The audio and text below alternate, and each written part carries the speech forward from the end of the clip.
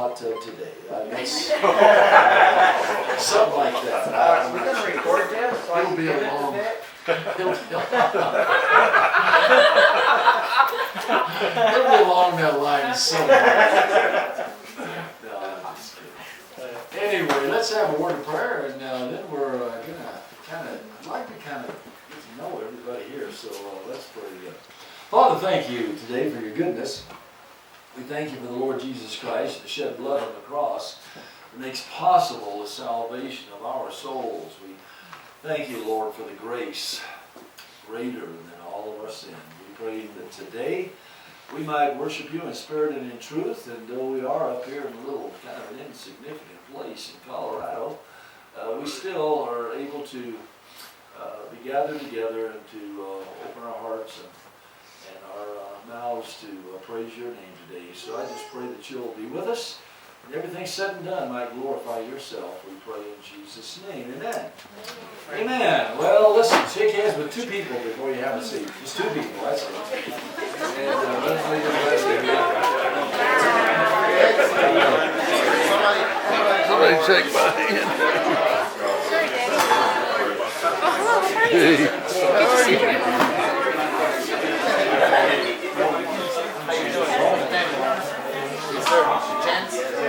Okay, now, while everybody's assembled here, I'd like to kind of get acquainted a little bit, because we do have different ones with us this time one. And so let's see, everybody from what? Bible Baptist Church? I guess that Bible Baptist, y'all raise your hand. How many are here? Okay, that's Bible Baptist in Matthews. I got that right, that's in Matthews. It is in Matthews. North Carolina, and we're glad y'all are here. I see some are not glad you're here. All right, and then let's see here. How about we got some folks from Marble, Colorado that are here. Hey, from Marble, Colorado, right over here. Chance, okay, and your family, and introduce them to us. Sorry, I have attention deficit disorder. I'm Chance Burnett, and this is our family, Jane B. and Mohanam and Petra. And I'm a carpenter, and I work with some heavy equipment. And we live here in Marble, across the valley. He's across the valley over here doing, does quite a little bit of work for us. Got our 8-in tractor right now on the surgery table.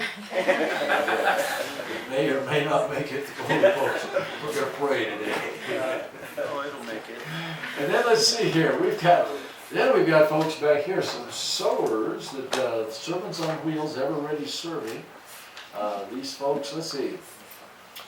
I'm not sure which state you're from, but John, would you introduce you and your wife? Yeah, we're from California, and we most recently lived in Grass Valley, worked at Christian Encounter Ministries for 20 years, and so that's where we've been for the last 20 years. Trouble with the connection. Yeah. Okay. All right. Good. Well, we're glad you are here. And then some of our dear friends from Oregon, and Brother Frank, Brother Phil. Introduce your wife. I'm Phil, and this is my wife Shirley Mathis. We're from Albany, Oregon. Yes. And this is their 100th year here, I believe. And my wife accidentally called him Frank one day, and I'll tell you what, it is stuck. For some reason, we can't get rid of it. Now, anybody else that we haven't mentioned? Oh yeah, hey, right here from Wyoming. Woo! The man from Wyoming. Introduce your children. All right. I'm Dan, and I've got 3 children. I've got Hannah and David and Jonathan. We're from Laramie, Wyoming. And Brother Dan is a carpenter, and he's also on our board of directors here. And there's, what is it, 5 or 6 of us? Something like that. And so anyway, he's, man, he's built so much stuff here, I don't even know where to start. Anyway, he just finished up the guardrail on our entry little, what do we call it that? Welcome Center, yes, out there, which is a replica, by the way, of a little building that used to sit there 100 years ago, actually. And that's where they kind of mailed a card to mother and sent them chickens on down the other side. Because from there on down to 17%, pretty much all the way to town.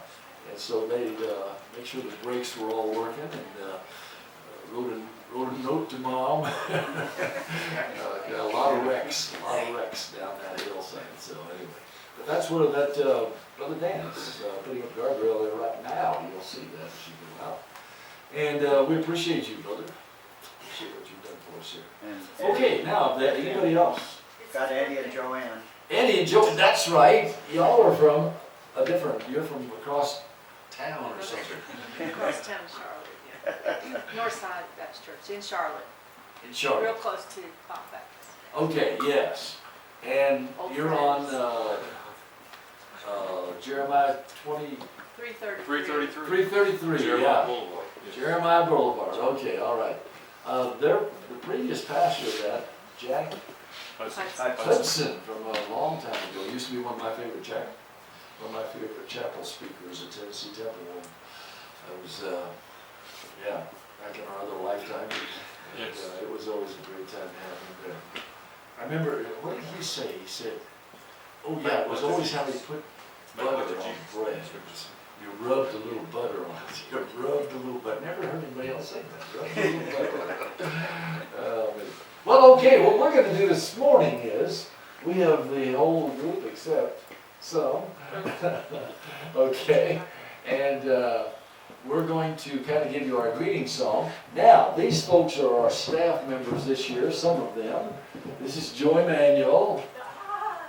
Joy DeCunha. That's right. Everybody. Joy Manuel. Oh, what a mistake. Now, what's your name, little lady? Donna Budget. Yeah, I'm Donna Budget. Okay, Donna. Donna what? Yes, I'm Mrs. Bauman for 55.5 years. And thank you for all coming, It's always a blessing to have you here. And this is what, is this your 13th or 14th year, Brother Frank? Yeah. 15th. I think it's 14. And you folks have always been very special to us, and thank you once again. All right, yes, just give us your names. Just go right down. My name is Shelly Keller. I'm from Mesa, Arizona, and I've been here for 12 years now. So, and what you eat in the kitchen. What goes around comes around? What did she say? Well, hello, my name is Whitley, middle name Awesome Green, and I wash your dishes, so if there's a crumb on it, it's not me. It was someone else who washed it. Hi, I'm Lydia Sheldon. My name is McKenna Williams. I'm Abigail Salvins. All right, good. All right, yes. Go give him a big hand. These folks. Brother DeCunha, he's back there in the back. Let's see, you want to shut off one of these? Which one are you going to shut off? Okay. Which one's off? Can you hear me now, or can you hear me now? Man, I hope nothing happens. I might electrocute. Okay, but anyway, you see, and then Jeremy is missing with the little one. Okay, all right, okay. But we're getting, this is the first of this year. Our theme this year, of course, is the Log Jam Jamboree. And so it changes every year, and I like the Log Jam Jamboree. Nothing like having sharp instruments around children. It's just makes a lot of sense. Saws and blades, but actually it's not that bad. But we're going to sing a little song to you now. Let's see, where's my little song sheet? Oh, here it is. Okay. And do you need some too? How many? Oh my. Okay. Well. Okay. You good? You all set? Okay. All right. And so anyway, this kind of ties to the idea of the old country church idea that we're kind of all involved with here today. And I found out the best light is over here, so this is where I'm standing, right here. All right. Okay, here we go.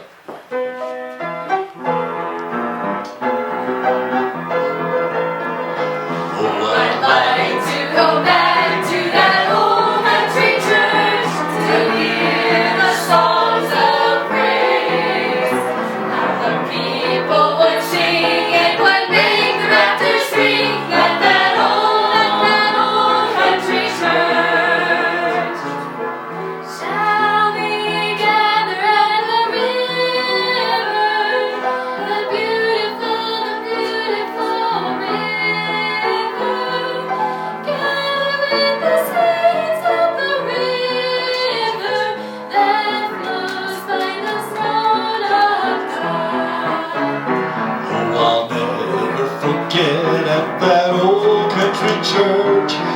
glory of the Lord came down, and the children would smile as they shouted down the aisle at that old country church. In the sweet by and by, we shall meet on that beautiful shore. In the sweet by and by, we shall meet on that beautiful shore. Then on Sunday I'd see all my friends so near to me at that old country church.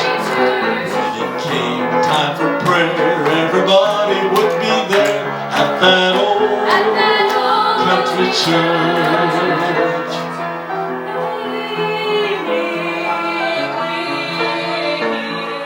Safe and secure from all alarms, leaning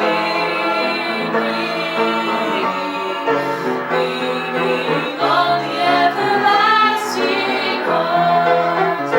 Now the years have gone by and so many have died at that old country church. They're on the other shore where they'll sing forevermore at that old country church. I am redeemed. I'm undefiled. Glory, glory, Christ is mine. All to Him I am resigned. I have been redeemed. At that old country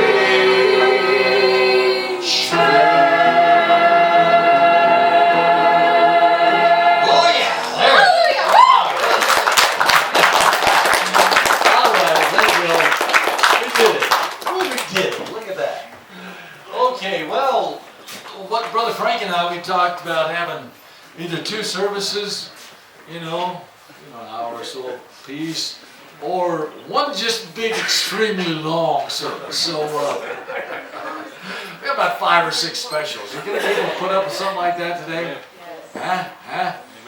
If you walk out, it's not far to walk. You just get out. Pretty quick. So. All right. Well, we're going to let's see. I think, Mom, we'll sing.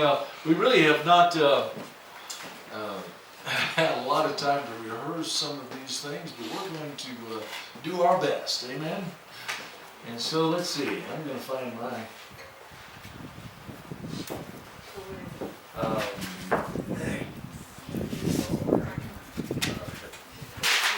Oh, there we go. Gotta love that freezing weather. Yeah, well, this is yeah.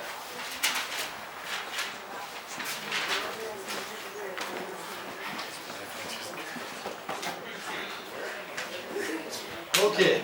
Well, anyway, while she's looking for that, what happened this year was interesting. We, my daughter and I, Charlotte, got together. She lives in Tillamook, Oregon, and she flew down. We were staying in Phoenix area, and she flew down.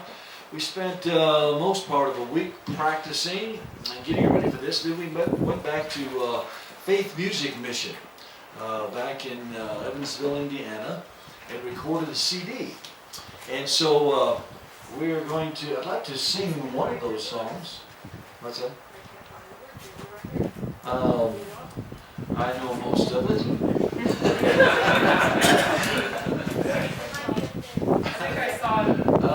Let's see here.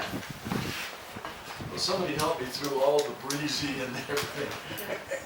If I get my message mixed up with this, I'll be preaching part of this song. It'll be an interesting thing. I think that's my message.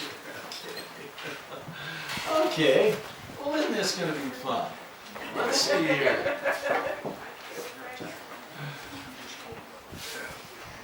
Okay.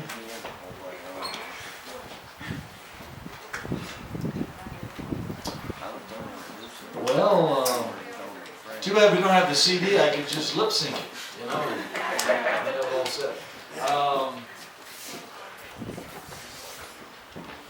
start with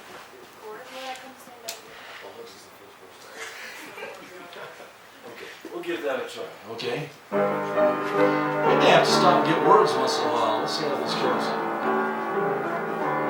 Talks about heaven. I love heaven just to think about it.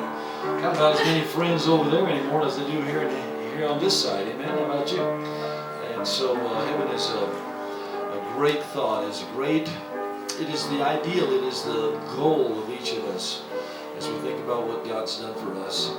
And so, anyway, love this song. Some call it heaven, I call it home. Some call it dreaming, oh let me dream on. Some call it paradise, somewhere beyond the skies, oh some call it heaven, I call it home.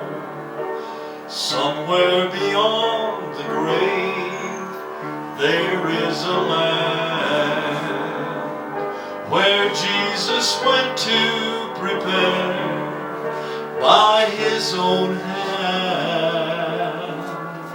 And for those saved by grace there is a resting place, and in a few more days it will be mine. Some call it heaven, I call it home. Oh, some call it dreaming, well let me dream on. Some call it paradise, somewhere beyond the skies. Some call it heaven, I call it home.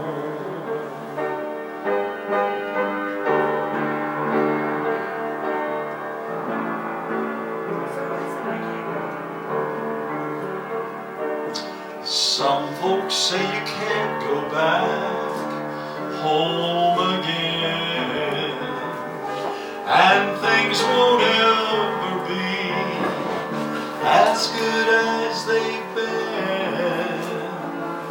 But I've got good news for you. When heaven comes into view, it's gonna be great, I know. But I lost that one line. Some call it heaven, I call it home. Some call it dreaming, oh let me dream on. Some call it paradise, somewhere beyond the skies. Oh, some call it heaven, I call it home. Some call it heaven, I call it home.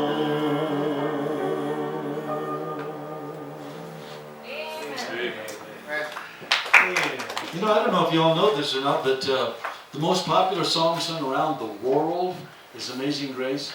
And second place song is not even, I think, half as much used as Amazing Grace is. So The top pop song that's out is not as much as Amazing Grace is. yeah, how about that? Now, play us one of those, whatever they are. I'm gonna stand right here since that light is, I feel like a deer, you know?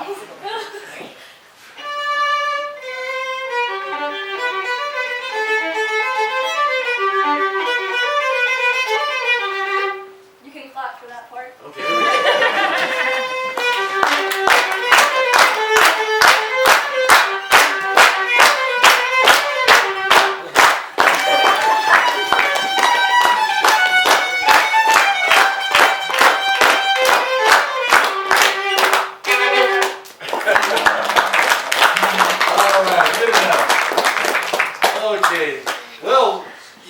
sing a familiar song. And let's see, I guess are we gonna use this mic or this? Those, okay. And I'm sure y'all have probably heard this sometime down the line. I remember as a child hearing this song, "There's No Secret What God Can Do." And yeah, I remember that actually this was Stuart Hamlin wrote this, and he was a DJ in LA. He was a disc jockey in Los Angeles. He got saved. He was a womanizer before. He a heavy drinker, just heavily into the world and into the DJ LA crowd. And he got saved, born again, and he started witnessing on his radio program, and so they fired him, pretty much straight up. And but he started writing songs, and this is one of the songs that he wrote.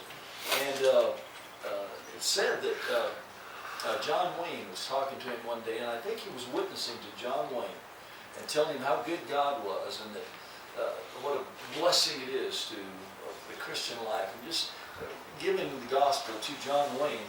And he said, John Wayne said to him, you know, he said, if everything you said is true, that shouldn't be a secret.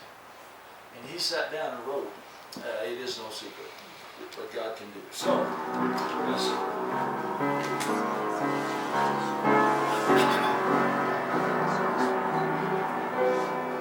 The chimes of time ring out the news, another day is through. Someone slipped and fell. Was that someone you? You may have longed for added strength, your courage to renew.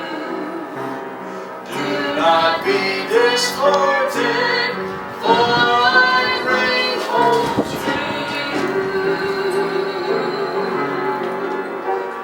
It is no secret what God can do. What He's done for others, He'll do for you. For you, with arms wide open, He'll pardon you. It is no secret what God can do. There is no night, for in His light you'll never walk alone.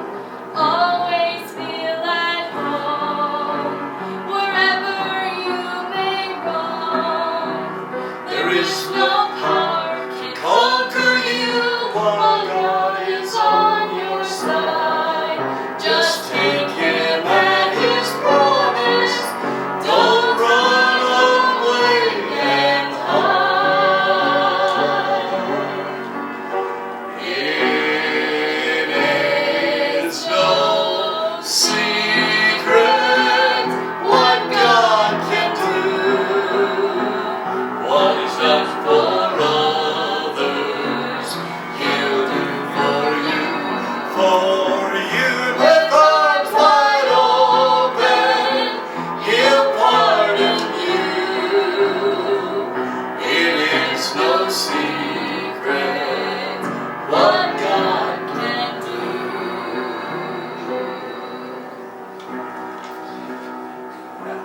We're going to stop right there.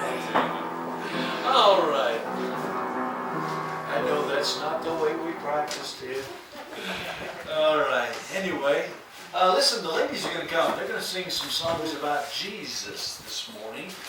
And a little melody of songs written about the Lord. And I really like these songs. So, ladies, come out.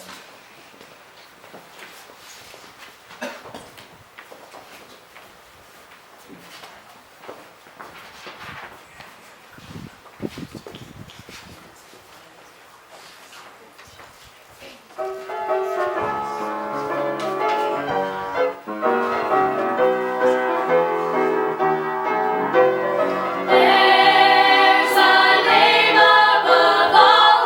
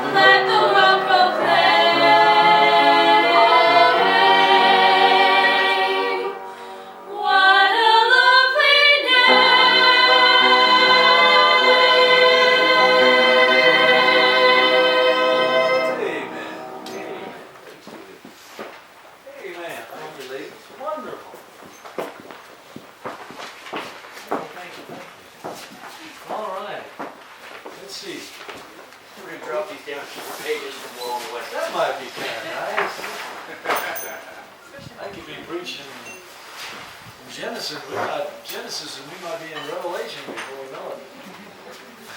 Okay, good. All right, let's see here. We're going to. What else did we have? We wanted to. Yeah, Whitley, why don't you come? We're going to do something here. It may be wrong, but we're going to do it. Let's see, we got, the music is going to stay put. Y'all are guinea pigs, you know that, don't you? Well, here's the deal. I've been trying to get somebody to take up playing the bass. Haven't I? I mean, for 29 years, crying out loud. Nobody do it. So I said, all right, I'll do it myself. How many of you have ever said, I'll do it myself? That's just fun. Well, that's what I did. So, February, I bought one of these things, which is a different one than this, because I found out that, what's going on here? Is that the one I'm supposed to put? Where am I wired to? Help, I think I'm on fire. That's the one I want.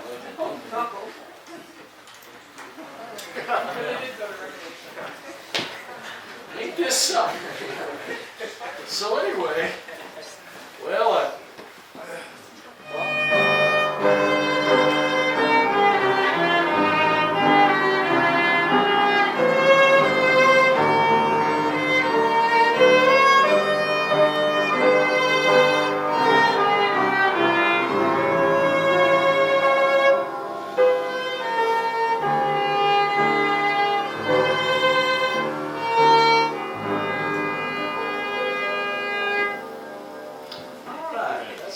stop with. Quick. Okay, well, one more song and then we're going to. Well, he sat in the back of the church one Sunday morning. You could see the conviction in his eyes. The preacher tried to talk to him, but he never would give in.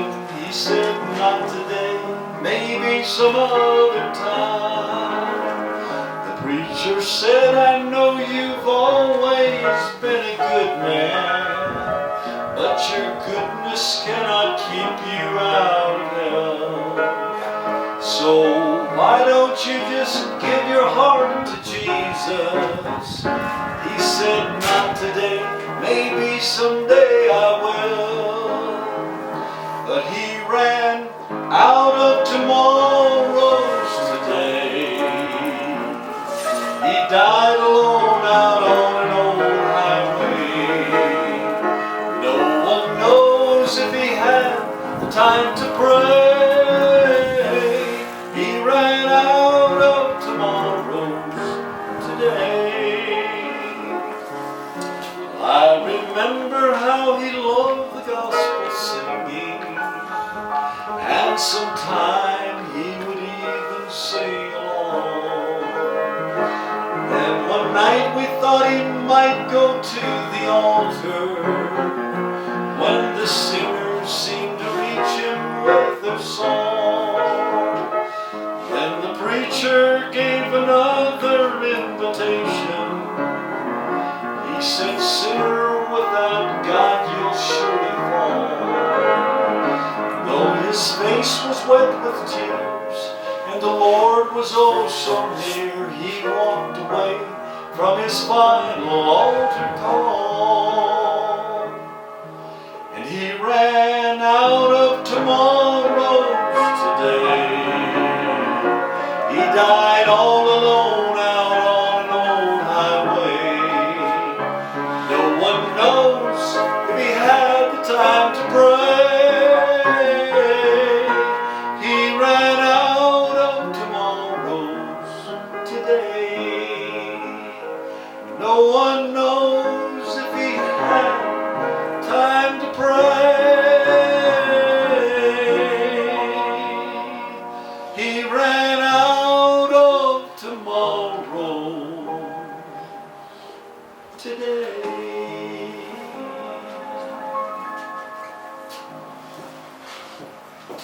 Well, it's sad, but that happens. Alrighty, thank you. I think we've exhausted all of the little pieces of paper that we have things scribbled on. Okay. So, anyway, you can vote yes or no on your way out.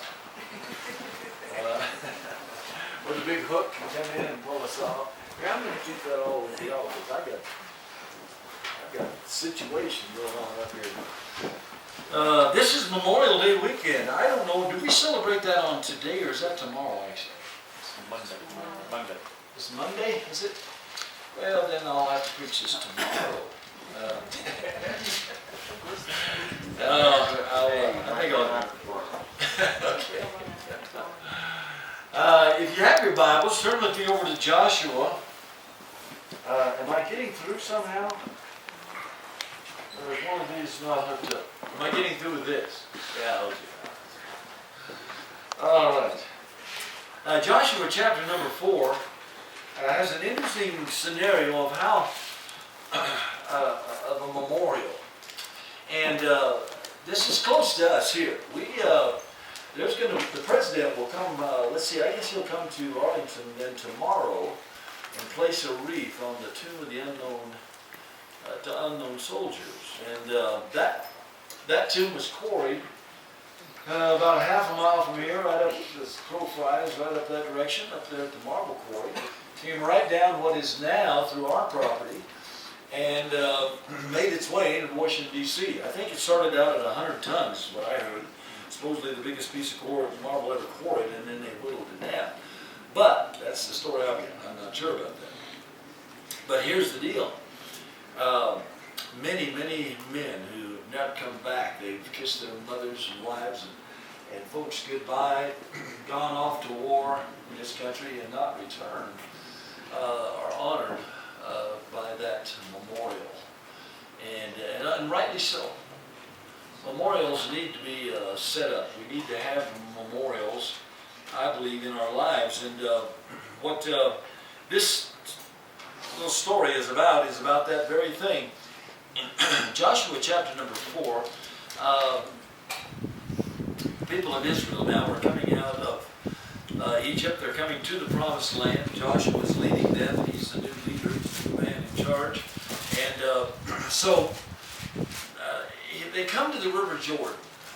And of course, it's at flood stage and that time of year, and no way across this thing. And so, of course, Joshua goes before the Lord to find out what in the world shall we do. Basically, this is what the Lord has told him to do here. He says in verse number 1, "And it came to pass, when all the people went clean past over Jordan, that the people spake unto Joshua, saying," oh, wait a minute, I jumped ahead then. It's back in chapter 3. The Ark of the Covenant. Yes, back here in about verse number 10, Joshua said, "Howbeit ye shall know the living God is among us," by what he's going to do here. And then you find in verse number 11, he says in chapter 3, "Behold, the Ark of the Covenant of the Lord of all the earth passeth over before you unto Jordan. Therefore take you 12 men out of the tribes of Israel, one of every tribe a man. And it shall come to pass, as soon as the soles of the feet of the priests that bear the ark of the Lord of all the earth, shall rest in the waters of Jordan, that the waters of Jordan shall be cut off from the waters that come down from above. And they shall stand," listen to that, "and they shall stand upon an heap." How many of y'all seen water stand upon a heap? Wouldn't that be something? I mean, the water's coming down. You've got a huge, the rivers, we visited there years ago, but it was just a little creek then, but we're at flood stage. You're going to notice that if you read the whole chapter here, but that thing's really ripping, so it's stacked up, and it must have stacked up pretty quick and pretty high. And can you imagine how the people must have felt as they're walking across now on dry land and a big stack of water, yeah, right up above them here. And so, in verse number 14, it came to pass when the people removed from their tents to pass over Jordan, the priest bearing the ark of the covenant before the people, and as they that bear the ark were come unto Jordan, and the feet of the priests that bear the ark were dipped in the brim of the water, for Jordan overflowed all of its banks all the time of harvest, and the waters which came down from above stood and rose up upon an heap, very far from the city Adam, and that it is beside Zarethan, and those that came down toward the sea of the plain, even the salt sea. And then let's see, it's going down. Verse 17, and the priests that bear the ark of the covenant of the Lord stood firm on dry ground in the midst of the Jordan, and all the Israelites passed over on dry ground, until all the people were passed clean over Jordan. Then it came to pass when the people, in verse number 1 of chapter 4, were clean passed over Jordan, that the Lord spake unto Joshua, saying, Take you 12 men, one of every people of every tribe, a man, and command ye them, saying, Take ye hence out of the midst of the Jordan, this place where the priest's feet stood firm, 12 stones, and ye shall carry them over with you, and leave them in the lodging place where ye shall lodge this night. And Joshua called the 12 men whom he had prepared of the children of Israel out of every tribe of man. And Joshua said unto them, Pass over before the ark of the Lord. You, let's see, your God unto the midst of Jordan, and take ye up every man you a stone upon his shoulder, according unto the number of the tribes of the children of Israel. That this may be a sign among you, that when your children, now listen, this is the whole story right here, folks. When your children shall ask their fathers in time to come, saying, What meaneth these stones? I mean, they're going to walk by that someday, and they're not going to see, all the muddy footprints, or I can't even say that because it came across on dry ground. They're not going to see maybe where the Jordan maybe flooded back and did some damage, maybe. It's going to be a different time. They're going to come there, and all of a sudden they notice beside the Jordan River 12 stones stacked up. And they're going to poke Dad and say, What meaneth these stones? Why are they here? Then, verse number 7, Then ye shall answer them, that the waters of Jordan were cut off before the ark of the covenant of the Lord, when it passed over Jordan. The waters of Jordan were cut off, and these stones shall be for a memorial unto the children of Israel forever. And the children of Israel did so as Joshua commanded. And it says in verse number 9, they're there to this very day, and it also quotes over in verse number 24, that all the people of the earth might know the hand of the Lord, that it is mighty, that ye might fear the Lord your God forever. Now, folks, I'll tell you what, a God that can stack the water is the mighty God. I mean, he just stacks it up on the heap. I mean, this is told, this is told throughout the annals of time of what God did for his children. And how that God did marvel. It was epic. You know how they say, well, it was of biblical proportions. And then if they want to say bigger proportions, it's epic. Well, it was epic, all right. It was of biblical proportions. No less of a miracle than going through the Red Sea or Jonah coming out of the belly of a whale. I mean, you just name it, all the miraculous things that God did. Here we have one that we want to tell our children about. I want to tell my kids what God did. Well, let me tell you this. My daddy passed away here, and it's been 20 years ago then. And you know, all I have as a memorial of him is a tombstone about, well, it's about yay, like yay. And he was born in 1903. It has a little line that shows his life. And then he died in about, what was it, 70 something, 80? I think it was 74. That's been a long time. Wow. And you know, all that knowledge that my dad had, I mean, he died a little younger than I'm living now. He was about 70 when he passed away. He died of the same thing I have right today. Just nice. And, but nonetheless, you know, all I have is just a few things that I sat down from time to time and talked to him about, remembering of him and what he taught me. And so, made me think, made me sit down and think, what do my children know about me? You know, I was, let's see, our last child, I was probably, was I in 25, 6? Probably somewhere in that area. Okay. I was old. Let's just leave it there. In my 20s, old guy. But I had lived 20-some years before my child came along. He didn't know what happened in those 20 years. It's an interesting thing. I came across a little news article thing. And let's see if the blowing papers really got a hold of it today. I didn't know what to do about all that. Okay. Maybe it's on the floor. There it is. Yeah, this is written by just a secular fellow. He's an estate planner. But this is what he says. He says, pass down your values and thoughts in an ethical will. And I'm not going to read the whole thing because he takes a different view of this whole thing. But here are some of the bullet points that he gives why you should do this. Well, the family history and stories. Lessons learned and personal experiences. You need to write it down so your kids will know about it. Success and failures. Maybe your personal values and beliefs. Oh, yeah, they all know about that. How you express your gratefulness and to whom. Your sorrows. Maybe what you hope for your children.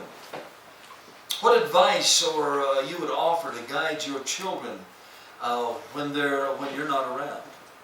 Or what personal belongings, of course, would you pass along, and with what stories would they carry? Well, yeah, that's the way to look at that, I guess. But you know, I think, personally, I think it so strongly I did it. And that was, I sat down and I wrote a memorial to my children. And it's about 2 pages long. And there's the second page, miraculously coming out of all that. And so, a memorial. Here's what it came at.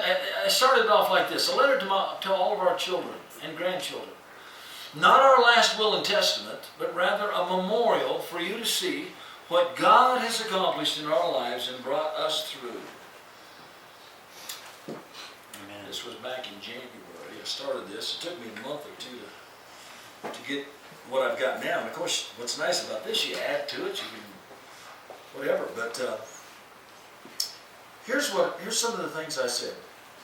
I said this. I said, we fear that some of our dear ones may not have seen or heard us speak of the mighty hand of God working in our lives. And so, we went forth to set a memorial here and now to explain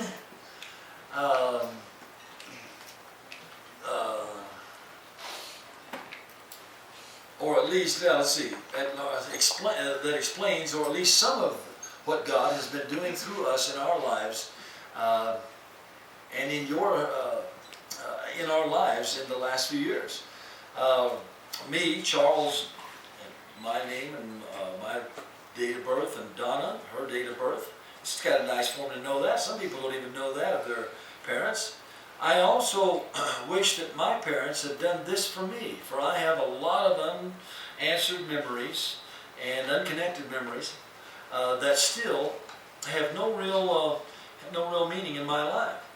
Now here's what I believe the Bible precedent of this is. And I took this passage and I basically have told them in the next few verses here what I have told you this morning before I started reading this.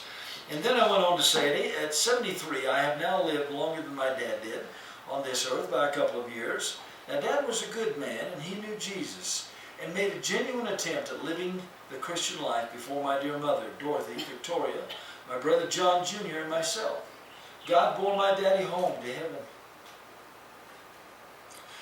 a number of years ago, and now all I have left from his existence here on earth are some miscellaneous memories from my earliest childhood through the early years of our second child, Charles Jr.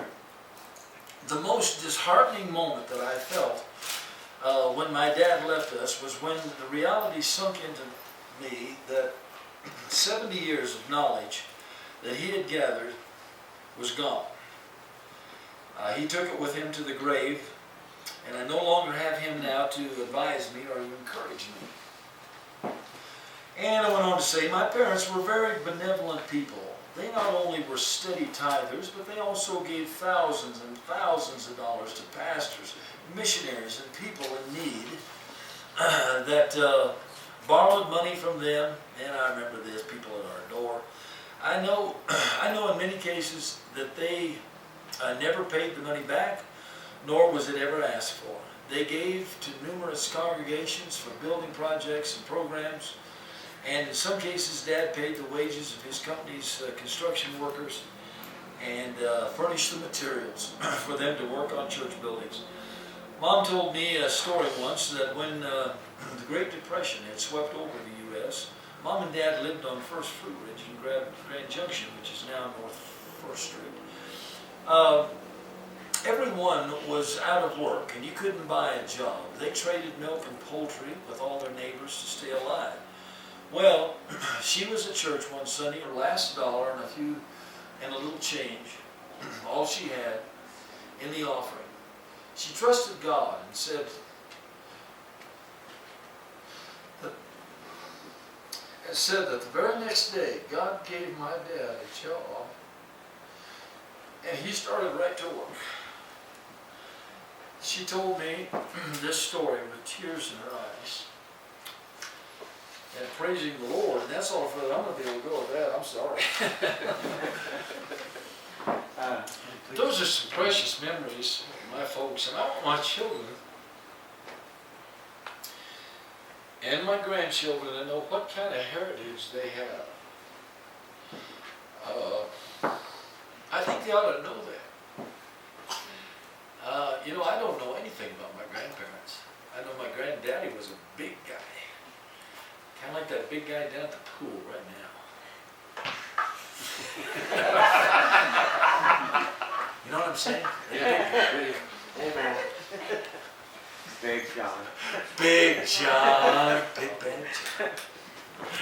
But he was a big guy, and my mother, my grandmother on my mama's side had 9 boys and 3 girls.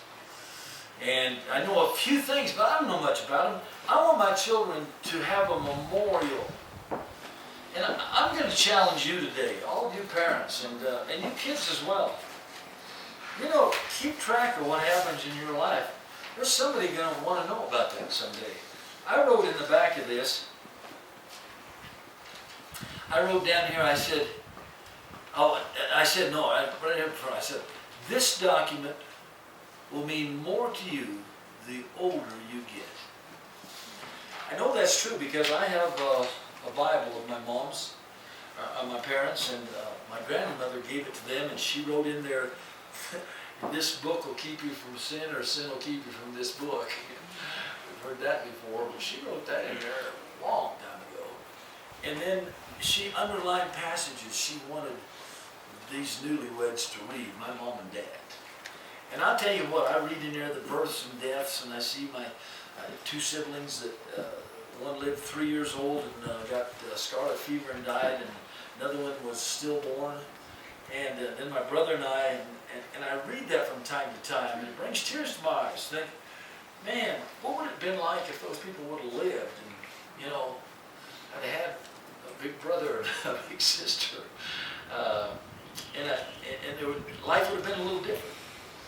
But I want my children to remember what God has done for me. And when we get to the back part of this, I get into how God gave us this property, how that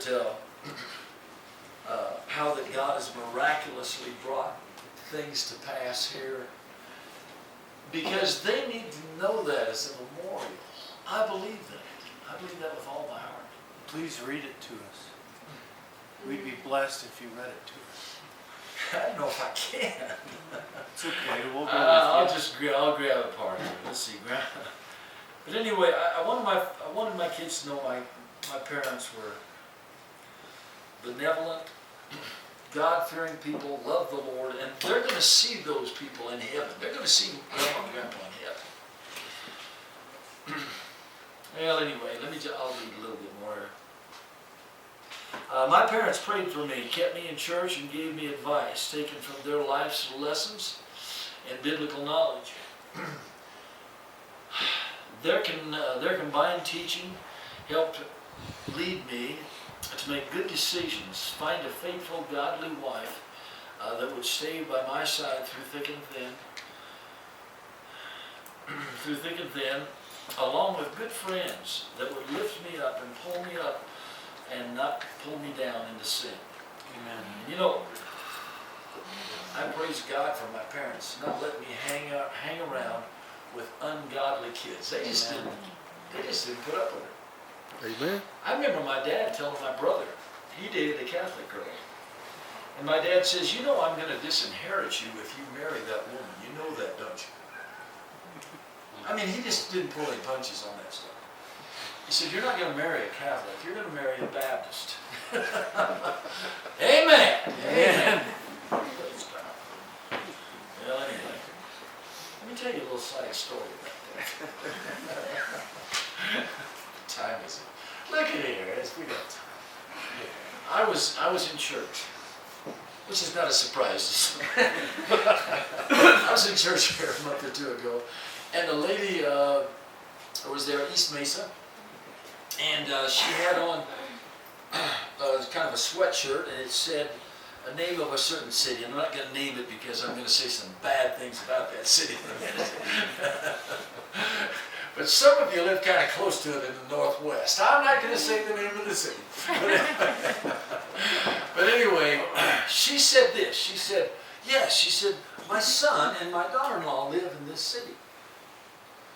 And she said, you know, we raised our kids in church and to love God and know the Bible, and they were saved. And he married this gal, and they moved off to this city. And you know, it wasn't even particularly the influence of marrying the wrong woman, but going into this city that he went into, he started adapting and adopting the values.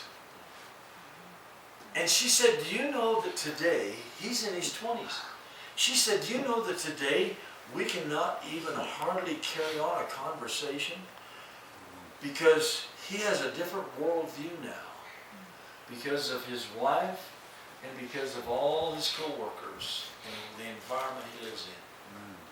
I'll tell you what, that stuff takes place. It happens. You say, man, you're a narrow-minded old man. Yes, I am. Come on. I told my kids, listen, you need to marry somebody that loves God, somebody that's saved.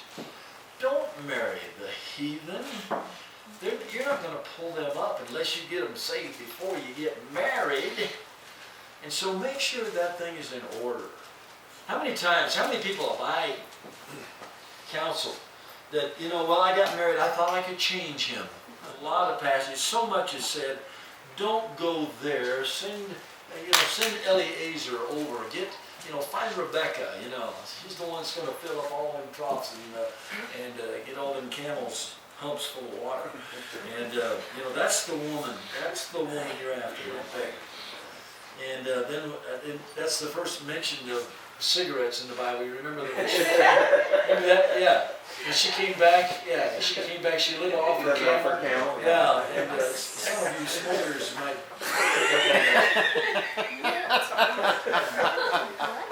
But anyway. Well, it's not over.